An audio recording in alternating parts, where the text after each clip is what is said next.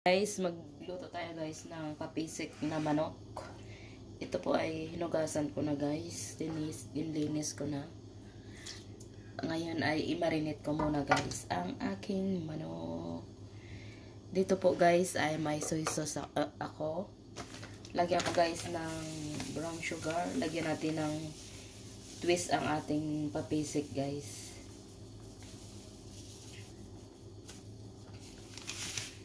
Asukal, tapos maglagay ako dito ng black pepper, tapos luya na powder,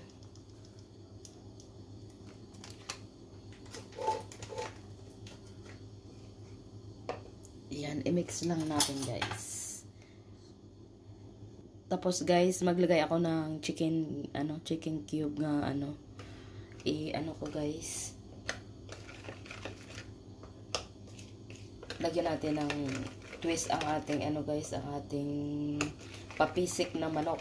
Dito po guys, ang papisik na manok dun sa amin sa Iloilo.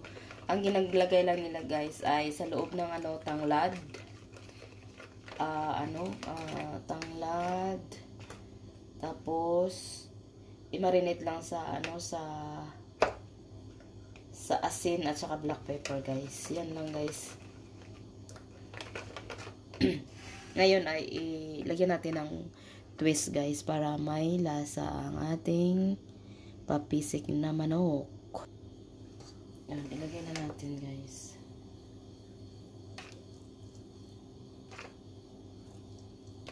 Lagyan natin sa loob ng manok guys.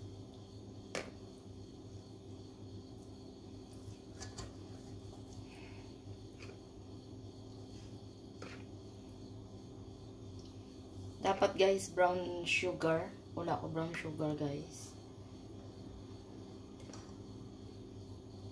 White na lang ang gingamit ko guys. Yeah. I-marinate ko muna guys ng 30 minutes guys. Lagay natin sa rep. Yan. Lagyan natin sa loob ng guys, ng onion. Wala ako kasi tawag yan, lemongrass. Ito ang ilagay ko guys, onion.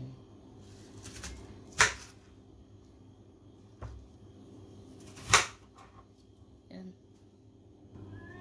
Yan guys, ito na po ang ating chicken. Ito ay 30 minutes na ko guys, na marinate. Tapos, ilagay na natin guys ang ating onion dito sa loob guys.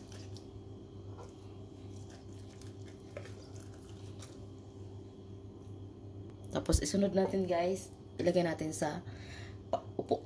Ipaupo natin guys ang ating ang ating kunin ko lang ito guys.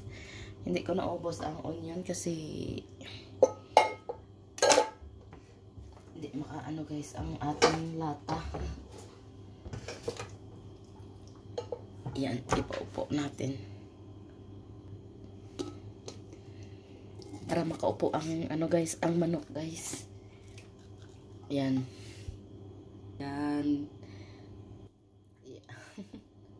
Diba guys, nagupo ng ating manok. Sunod natin guys, ay maglagay tayo ng asin dito guys. Ito po ay salt. Salt.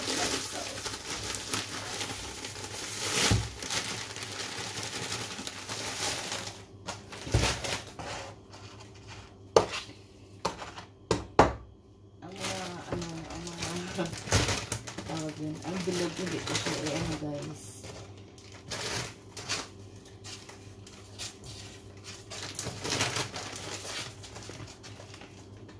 Yan. Nabukas na. Pinggan. Nag-upo na ang aking manok. Yan. Naglagay na ako ng asin. Ito na po ang aking salt. Yan. Natin guys. Lagyan natin na dito guys.